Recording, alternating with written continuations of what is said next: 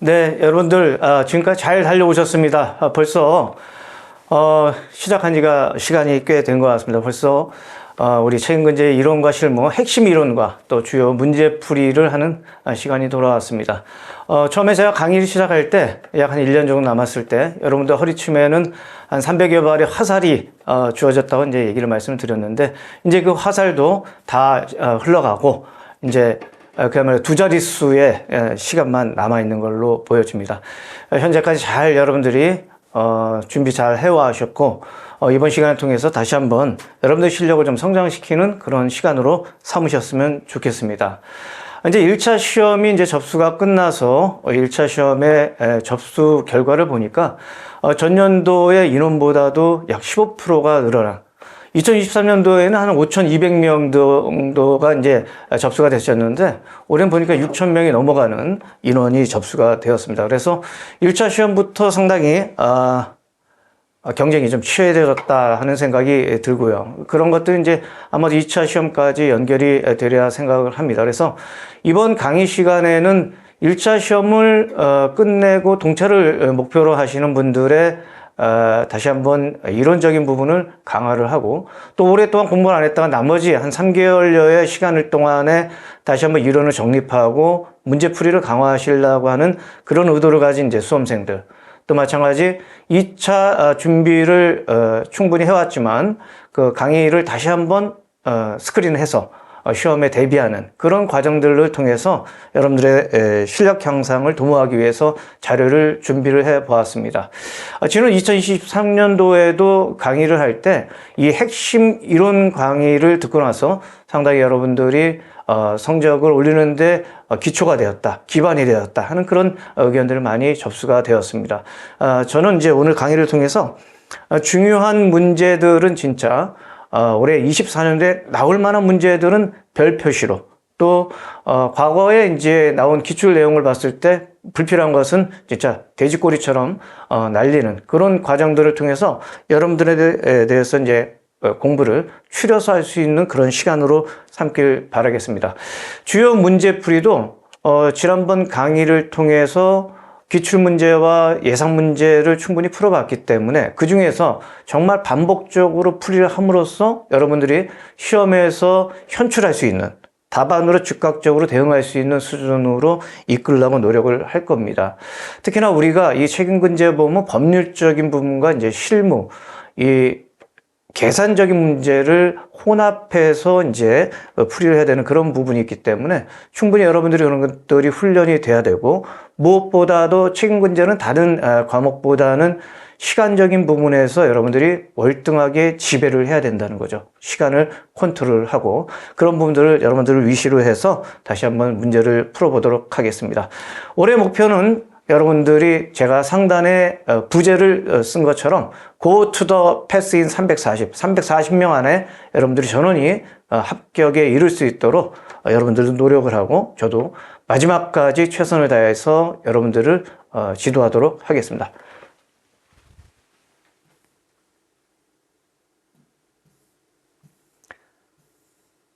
먼저 수업에 앞서 제가 직전 5년간의 책임근제 보험, 출제 범위 및 유형을 한번 분석을 해 보았습니다.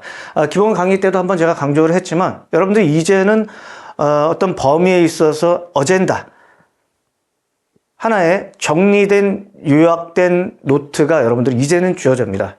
2달 전에는 여러분 것만으로 되어 있는 여러분들의 책자, 여러분들이 활자를 해서 만들어진 책자가 반드시 있어야 된다는 얘기를 먼저 드립니다. 그래서 직전 5년간의 출제 범위를 한번 보게 되면 책임근제보험과 근제보험에 있어도 나란하게 비율적으로 이렇게 나온 것으로 보여집니다. 왜 제가 2019년부터 23년 5년치를 이제 보았냐면, 2018년도까지는 기존 자격사들이 같이 혼합해서 시험을 봤고, 2019년부터는 공이 4과목을 골고루 잘 치러져야 이제 시험에 합격하는 그런 제도로 변화가 되었기 때문입니다. 제가 이제 강조하고 싶은 것은 이제 근제보험에 있어서의 비율이 상당히 높은 편이다. 물론 이제 21년도, 22년도에는 30% 미만의 비용이 나왔지만 거의 대부분이 보기에는 6대4 비율, 범위에 비해서 출제 빈도가 상당히 많다는 것을 여러분들께 말씀을 드리고 싶습니다. 어차피 이제 책임근제의 범위는 사례에서 문제풀이에 있어서는 손해배상금에 대한 산정 부분, 지급보험금 결정 부분에 따라서 이제 문제가 풀이가 되는 거기 때문에 그런 것들을 계속해서 반복해서 여러분들이 학습을 한다 그러면 사례 문제에 있어서의 어떤 유형의 패턴, 또 보상하는 손해와 보상하지 않는 손해를 여러분들이 읽혀나가면 충분히 커버링이 되지 않겠나 생각을 하고 있습니다. 특히나 우리 시험은 이제 다른 시험과 약간의 차별성이 있는 게 이 약술에 대한 부분이 렌지, 범위가 상당히 넓다는 거죠. 그래도 여러분들 꾸준히 기본 수업 회독과 또 이 강의를 통해서 약술에 대한 자신감을 불어넣기 위해서 제가 준비를 했으니까 약술에 있어서 따로 여러분들이 준비한다고 생각하지 마시고 이번 핵심 강의를 통해서 이론적인 부분을 즉각적으로 여러분들이 답안에 쓸 수 있는 그런 키워드 위주와 또 거기에 맞는 목차들을 준비하는 그런 과정들로 삼도록 하겠습니다. 제가 이 강조하고 싶은 것은 이제 문항수가 계속해서 많은 숫자가 나왔다는 거죠. 직전 4년 전까지는 이 11개에서 12개 정도의 11, 12, 13개까지의 질문 문항수가 상당히 높게 나왔다. 이게 이제 특징적인 건데, 지난 2023년도에는 아무래도 사회적인 기조가 뭐 킬러 문항을 배제한다 해서 문제 수가 상당히 낮게 나와서 9문제밖에 나오지가 않았어요. 그러다 보니까 이전과 다르게 책임근제보험을 시간이 모자라서 해결을 못했다 하는 그런 수험생들은 많이 없었던 걸로 보여집니다. 그럼에도 불구하고 이 책임근제보험의 합격자 수준의 그 점수를 포션을 보게 되면 50대 초반부터 많게는 77, 8점 최고 점수 저희 작년에 가르쳤던 학생 중에서 78점까지 나온 걸 보면 상당히 그 범위도 다른 과목보다도 많이 차이가 있다고 생각이 됩니다. 특히나 우리 시험에 있어서는 이제 전반전과 후반전이 있지 않습니까? 의학과 책임보험. 이 의학과 책임보험을 어느 정도 여러분들이 점수가 확보가 된다 그러면 식사 시간 이후에 3, 4교시는 그래도 마음 편하게 여러분들이 합격의 어떤 가능성을 가지고 자신감 있게 문제를 풀어나갈 수 있다고 판단하기 때문에 특히나 이 두 번째 강의인 책임근제보험에 있어서의 여러분들의 어떤 선전을 기대를 합니다. 거기에 포커스를 맞춰서 제가 가르칠 거니까 다시 한번 설명을 드리겠습니다. 우리 이제 배상책임보험에 있어서는 이 약관에 대한 부분이 다양하게 이제 나와 있는 거죠. 제가 이제 회사에 근무하고 있지만 지금 회사에서 상품으로 팔리는 것이 약 80여 개의 이 배상책임과 관련된 보험이 상품이 판매가 되어 있고요.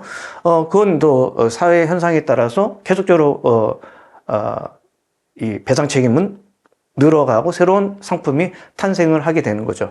그렇다고 해서 우리가 이제 시험을 준비하는 데 있어서는 거의 한 20개 내외의 집중적인 흔히 발생하는 보험 상품 위주로 공부를 하시면 되고 또 배상 책임에 있어서 약관상의 보상하는 손해와 보상하지 않는 손해는 그 상품에 있어서의 특징적인 요소만 여러분들이 안다고 그러면 그 차이점을 골라내서 그것만 따로 여러분들이 어젠다 다시 한번 가이드북으로 만들어버리면 그 문제를 소화하는 데는 어려움이 없을 것이다.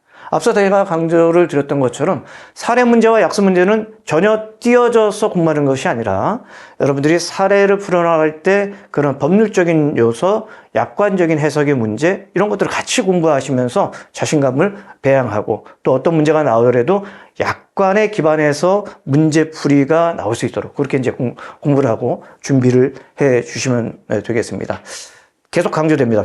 기출문제와 이 변형된 문제가 계속 반복돼서 출제되는 경향을 보이기 때문에 작년에도 마찬가지 다른 쪽에서는 불과 몇 년치의 기출문제를 봤지만 저는 10년치의 자료를 그대로 여러분들과 한 번씩 공부를 다시 한번 리뷰를 했습니다. 그래서 14년도, 10년 전에 나왔던 문제가 지난 23년도에도 다시 나왔던 것을 비추어 보면 올해도 비슷한 그런 출제의 경향이 반영되지 않을까 이렇게 생각을 듭니다. 그래서 기본 이론에서 나왔던 그런 내용과 또 약관 약관의 주요 특징들을 반복적으로 여러분들이 학습을 해서 대비를 한다 그러면 뭐 책임근제보험 단언컨대 여러분들이 충분히 공부만 한다 그러면 60점에서 70점 이상, 제가 지난 기출 강의에서 말씀드렸던 공부에 대한 자신감이 있으면 75점에서 그 이상도 여러분들이 노릴 수 있다는 것을 여러분들 자신감을 가져주셨으면 좋겠습니다. 직접 3년간의 출제 사례 약술 문제를 조금 한번 스킵을 해보면 좋겠습니다. 제가 이제 이 주홍색, 오렌지색으로 했던 것은 이제 배상 책임과 관련된 것이고, 파랑색이 이제 이 근제보험과 관련된 내용을 제가 마크를 좀 해보았습니다. 지금 보게 되면 21년도에 신배책과 다중이용 배상 책임 또 하나 있다 그러면 이제 재난배상이 해당이 될 텐데, 이 화재 3법에 관련돼 있는 보험 관련돼서 이 부분이 상당히 중요하다고 이제 생각을 하고, 실질적으로 사고가 많이 나고 있어요. 왜냐하면 많은 사람들이 활동, 이동, 일상 중의 생활에서 발생하는 사고이기 때문에 그런 이제 약관에 따라서, 상품에 따라서 이제 내용이 차이가 있는 것들, 또 특히나 보험 지급 기준에 있어서의 법령을 따르느냐 아니면 손해배상금 산정의 민법의 손해배상금을 따르느냐, 그런 부분들을 구분해서 공부를 하시면 될 것 같고요. 체육시설, 마찬가지 체육시설도 이제 어느 한도 내에서는 의무보험으로 가입을 해야 되는 대상들이 있기 때문에 그런 대상에 따라서 배상 책임을 묻는 문제. 선언근제는 크게 우리가 따질 수 있는 게 국내와 국외와 또 선언 근로자, 직훈생 이렇게 얘기를 할 수 있는데, 그때 당시 조금 난이도를 높여서 취업선언에 대한 부분에 재해보상 특약을 공부를 했는데, 이마저도 선언법에 나와 있는 기준은 어느 정도 소화를 했다 그러면 충분히 여러분들이 답안을 쓸 수 있다는 겁니다. 이런 문제 포션들이 보게 되면 거의 20점에서 15점 정도에서 문제가 좀 나오는 거죠. 2023년도에서도 나왔던 이 의사배상과 관련된 문제가 또 15점. 시소유 특약은 우리가 영업배상 책임보험에 있어서 시소유 특약은 반드시 여러분들이 철저하게 준비를 해 주셔야 되겠습니다. 제가 작년에도 23년도 이 자리 이 강의에서 시소유 특약에 대한 부분을 언급을 하고, 거기에 대한 약관상 보상하는 손해를 준비하라고 했었는데 그게 반영이 돼서 나왔던 것을 봤을 때는 상당히 중요하다. 왜냐하면 영업배상에 있어서의 가장 중요한 것이 이 시설과 관련된, 또 업무 수행과 관련된 그런 사고로 인한 부분은 이제 책임을 져야 되는 부분이기 때문에 기본 베이스라 생각하시고 다시 한번 숙지를 해 주시면 좋겠습니다. 전문 직업인 관련돼서 배상 책임보험이 10점짜리로 21년도에 나왔고, 문제 형태를 보게 되면 이제 타인, 자동차 보험에서도 제3자 타인에 대한 정의가 작년에도 나왔지만, 배상 책임에 있어서의 타인이라고 하게 되면 우리가 보상을 받아야 되는 어떤 객체죠. 그렇죠? 우리는 보상하는 주체를 피보험자로 보면 이거는 받아야 되는 객체이기 때문에 거기에 대한 부분을 손해배상의 또 주체라고 또 표현을 할 수가 있겠죠. 그래서 타인이라는 것은 상당히 중요하다. 그래서 이제 각각의 보험 상품을 보게 되면 근로자성에 대한 부분을 타인을 인정할 것인지 말 것인지, 상품에 따라서는 이 근로자를 타인으로 보는지 안 보는지, 그런 부분들을 여러분들이 공부를 할 때 구분을 해 주셔야 되겠습니다. 뿐만 아니라 손해배상금에서 산정에 있어서의 상당히 여러분들 실무적인 경험이 없으신 분들은 이 개호에 대한 부분을 언급하는 게 상당히 어려울 수가 있습니다. 개호라는 것은 항상 그 환자 입장에서 계속 시간적인 부분을 지켜봐주고 케어해야 되는 그런 부분인데, 거기에 대한 숫자 반영 부분, 이것은 이제 일용근로자와 달리 계속해서 케어를 해야 되는 부분이기 때문에 365일에 대한 숫자가 반영된다는 것을 여러분들이 잊지 말고 반영을 해 주시면 되겠고요. 여명 단축이라는 게 이제 사람이 사고로 인해서 실질적인 여명까지 살아야 되는데, 얼마 전에 생명표에서 나온 거 보니까 남자가 86세, 여자가 90세에 이르니까 거기에 따라서 여명이 단축됨으로써 발생되는 손해, 이게 이제 여명 단축의 문제도 우리가 생각하는 60세나 65세에 이르는 어떤 가동 연령에 따라서 또 소득을 반영하는 부분이 달라지는 거니까 문제가 나왔을 때 다시 한번 이 여명 단축은 가동 연한을 같이 한번 봐줘야 되겠다 하는 것도 특징적으로 알아두시면 되겠습니다. 다음은 이 보조구에 관련된 부분인데 보조구도 일회성으로 지급하는 것이지 아니면 3년이나 5년이나 10년 안에 이 교체해서 다시 한번 지급해야 되는 부분인지 그리고 일회성으로 지급할 때 지급을 했는지 아니면 지급을 후에 계산해서 산정을 해야 되는지 그런 부분들도 여러분들이 알아두셔야 될 것 같습니다. 다음은 민법 천조에 나와 있는 상속과 관련된 내용인데요. 상속과 관련돼서 여러분들이 다시 한번 선언법과 또 산재법과 이 민법에 나와 있는 상속에 대한 권한, 상속의 범위와 순위에 대한 부분들 공부를 다시 해 주시면 되겠습니다. 특징적인 게 이 소송 비용. 얼마 전에도 이제 질의가 좀 들어왔었는데 우리가 쉽게 얘기해서 비용에는 손권협, 소공 이렇게 이제 5가지가 있을 때 소송 비용은 이 한도 내에서의 범위를 얘기를 한다고 제가 말씀을 드렸습니다. 뒤에 가서 다시 한번 문제풀이를 통해서 이제 확인을 할 거고요. 보험자 대위, 대위권 이런 부분들도 다시 한번 여러분들이 숙지를 해 주셔야 될 거고요. 다시 한번 표현하는 뭐 구상권 행사라고 얘기할 수 있고 타보험 조항에 있어 보험금을 지급한 어떤 선순위의 보험회사가 그 지급된 범위 내에서 타방에 과실이 있을 경우 그 비율만큼 이제 환수하는 그런 내용들로 여겨지면 되겠습니다. 영업배상 책임보험에서 한 20가지 중에서 그때 당시에는 이 내용, 기계업자에 대한 문제가 나왔죠. 여러분들이 조심해야 될 것은 이 기계업자는 근제보험과 연결이 돼서 거기에 대한 과실 비율 내지 어디서 처리를 하는지 부분을 여러분들이 눈여겨봐서 공부를 해 주셔야 되겠습니다.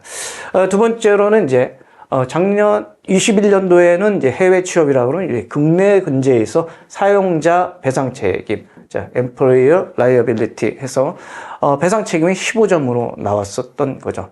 사실 이 영업 배상 책임에서 이 30점짜리가 나왔다 그러면 이런 이제 큰 점수 포션에 나와 있는 문제를 하는데 시간이 많이 소요가 될 수가 있습니다. 그래서 30점짜리 문제는 약 30분 안에 여러분들이 늦어도 35분의 문제를 어느 정도 해석하고 답안 현출까지 이르러야 된다는 거 다시 한번 제가 강조를 좀 드리겠습니다. 그 다음에 이제 한 번 더 나왔네요. 국내 근로자 사용자 배상과 관련돼서 승강기와 시설 소유 특약. 승강기 사고에 있어서의 이제 직원이 만약에 사고 났을 경우에 보상하는지 여부. 시소유 특약에서 직원에 대한 부분. 또 근제보험이 가입되어 있다고 그러면 근제보험에서 보상받는 부분, 또 병원에 있었던 환자가 만약 다치게 되면 그것은 타인으로 보상이 되는지 여부, 그런 것들을 이제 해석을 해 주시면 되겠습니다. 유도선 사업자의 이제 특약에 관련된 문제가 나왔습니다. 특약. 여러분들 이제 우리는 이제 약관이 보통약관, 특별약관, 추가특별약관으로 구성이 되었는데 이 특약에 관련된 문제가 나왔던 것들이 나오는 거죠. 대부분의 우리 영업배상과 관련된 또 이 상품에 관련된 것은 이 특약 위주로 여러분들이 다시 한번 정리를 해 주십사 말씀을 드리겠습니다. 작년 23년도에 이제 선원근제보험이 25점짜리가 나왔고 영업배상 책임에 있어서의 이 시설 소유자 특약은 매년 이렇게 나온다고 생각을 하시고 준비를 해 주셔야 됩니다. 우리 가장 그 보험 중에서 많이 팔리기도 하고 또 사고도 제일 많은 포션에서 나오는 거죠. 그래서 영업배상 책임보험에서 시설 소유자 특약은 강조해도 지나치지 않다. 21년도에 나왔던 이 의사배상 책임에 관련된 문제가 다시 한번 답안이 나왔던 것들. 또 마찬가지 대위권과 관련된 게 2022년도에 또 구상권과 관련된 문제로 또 나왔다는 그런 문제. 이런 부분들이 해석상에 여러분들 상당히 중요하다. 풀이 과정에서 기본적인 내용들을 법률적인 조항뿐만 아니라 그 범위라든가 금액이라든가 이런 질문에 있어서의 답안을 정확하게 답안을 작성하는 것 상당히 중요하다고 생각이 되겠습니다. 여기 나왔던 이제 특약에 관련된 이 비용 담보 특약에 대한 부분이 나왔고 빨간색으로 제가 작성했던 것처럼 이런 지급보험금 산정이 우리의 사례에 있어서의 가장 중요한 포션이다 하는 것들을 다시 한번 보여주는 거죠. 이런 부분들 다시 한번 2023년도의 문제들 보게 되면 특약과 관련된 지급보험금과 관련된 내용들이 계속 나왔다는 거죠. 약술에서 문제는 이제 국문 배상 책임뿐만 아니라 이런 영문 배상 책임에서의 이 소송과 관련되어 있는, 그죠? 소송 담보, 또 나머지 뒤에 나오는 추가 담보되는 부분들이 있으니까 그런 부분들을 좀 확인을 해 주시면 될 것 같고요. 특이할 것은 우리 시험 자체는 배상 책임은 이 사회적인 이슈거리에 대한 그런 문제들이 계속해서 답안 현출이 된다는 거 여러분들을 기억을 해 주시고, 이번 이슈에 대한 부분들도 제가 이번 강의를 통해서 좀 여러분들한테 리뷰를 해 드리도록 하겠습니다. 작년에는 평균임금 관련된, 임금에 관련된 내용들을 우리가 사업자인지 근로자인지 아니면 일용근로자인지 거기에 따라서 기술직 종사자인지에 따른 이런 부분들을 상당히 강조를 많이 했던 건데 그대로 나왔다는 거죠. 사실 작년에는 이 예상했던 문제들이 그대로 나왔기 때문에 큰 어려움은 없었지만 이런 이제 답안의 작성에 있어서는 이런 예상되는 문제들을 여러분들 어떻게 이제 공부를 해야 되는지를 다시 한번 살펴보는 겁니다. 특히나 이제 짧은 시간 안에 여러분들이 가지고 있는 그런 공부량을 답안에 현출하기 위해서는 어떤 것들을 여러분들이 주목을 해야 될지 제가 6가지만 다시 한번 강조를 해 드리고 싶습니다. 먼저 이 과목은 기본서에 나와 있는 목차들을 보게 되면 순서대로 여러분들이 답안에 적시될 내용들이 상당히 나온다는 거죠. 배상 책임에 있어서 가장 중요한 것이 그 의의와 보상하는 손해, 보상하지 않는 손해라고 이제 말씀을 드렸고, 영어로 표현하면 if then이라고 제가 항상 얘기를 했습니다. if then. 그건 뭐냐면 만약에 사고가 나게 되면 보상 책임을 하고 보상 책임을 한다는 그런 내용이죠. 만약에 우리가 피보험자의 구역 내에서 보험 기간 내에 보험 사고가 발생하게 되면 그런 다 조건값입니다. 우리 법률 조항은 다 뭐뭐 하게 되면 어떻게 할 것이다. 만약 형사적인 것도 어떤 잘못을 치르면 어디 몇 년에 처한다. 이런 것들이 다 나와 있는 것처럼 우리의 형태 자체는 보게 되면 정의라든가 의의라든가 요건, 취지, 또 그 다음에 결과인 효과적인 부분들, 또 법률 조항에서 사례적인 부분, 그런 부분들에 있어서 패턴을 여러분들이 익숙하게 하면서 읽어나가면서 여러분들만의 그런 목차를 따올 수 있는, 그런 꼭지를 따줄 수 있는 그런 실력들을 갖춰주시면 좋겠습니다. 이제는 여러 책을 여러분들이 소화하는 것보다 지금까지 눈에 익혔던 것들을 여러분들이 한 권으로 가이드북을 만드는 겁니다. 제가 자료를 따로 만들어서 다 드리려고 하는 것들을 최소화하는 것은 가장 공부를 했을 때 효과적인 것은 자기가 만들어서 보여주는 것이 제일 중요하다고 생각을 하기 때문에 한 권을 제대로 여러분의 필체로, 여러분의 내용으로 만들어서 그것을 계속해서 반복 훈련하시길 바라겠습니다. 계속되는 문제, 이 기출문제는 지금 14년도부터 23년도까지 문제가 나왔을 텐데 여기서 공통되는 것은 제외하고 계속 반복적으로 에러가 되는 게 있을 겁니다. 잘 안 되는 거. 에러가 되는 것들을 이 부분을 여러분들이 별 표시라든가 아니면 이런 중요한 당구장 표시를 하던 아니면 세모 표시를 하던 해서 여러분들만의 그 안 되는 부분을 시험 전날까지 계속 반복한다 그러면 이걸 여러분들이 답안 현출은 결국은 우리 목표는 시험장에서 얼마큼 잘 쓰느냐에 걸린 거니까 그렇게 내용을 가지시면 되겠습니다. 앞으로 이 강의가 끝나게 되면 모의고사가 이제 5월 말부터 매주간에 이제 실시가 될 겁니다.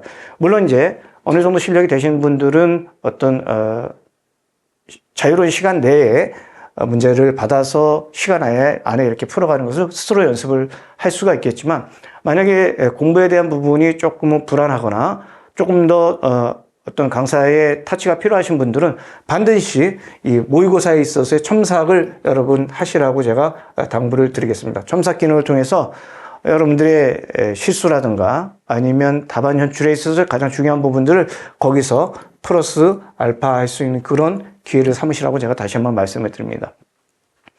사실 책임근제뿐만 아니라 의학이론, 자동차보험, 사보험도 약관과 또 각종 의학 같은 경우는 그런 또 병명, 상해 병명에 따라서 질병에 따라서 특징적인 것을 다 외우려고 그러면 상당히 양이 많으실 겁니다. 그 암기를 여러분들이 똑바로 해서 마지막까지 시험장에 머리에 묻혀서 답안을 현출하려고 그러면 거기에 여러분들만의 논리가 필요하다는 겁니다. 논리가. 여러분들의 논리가 안 되면 답안 현출이 될 수가 없습니다.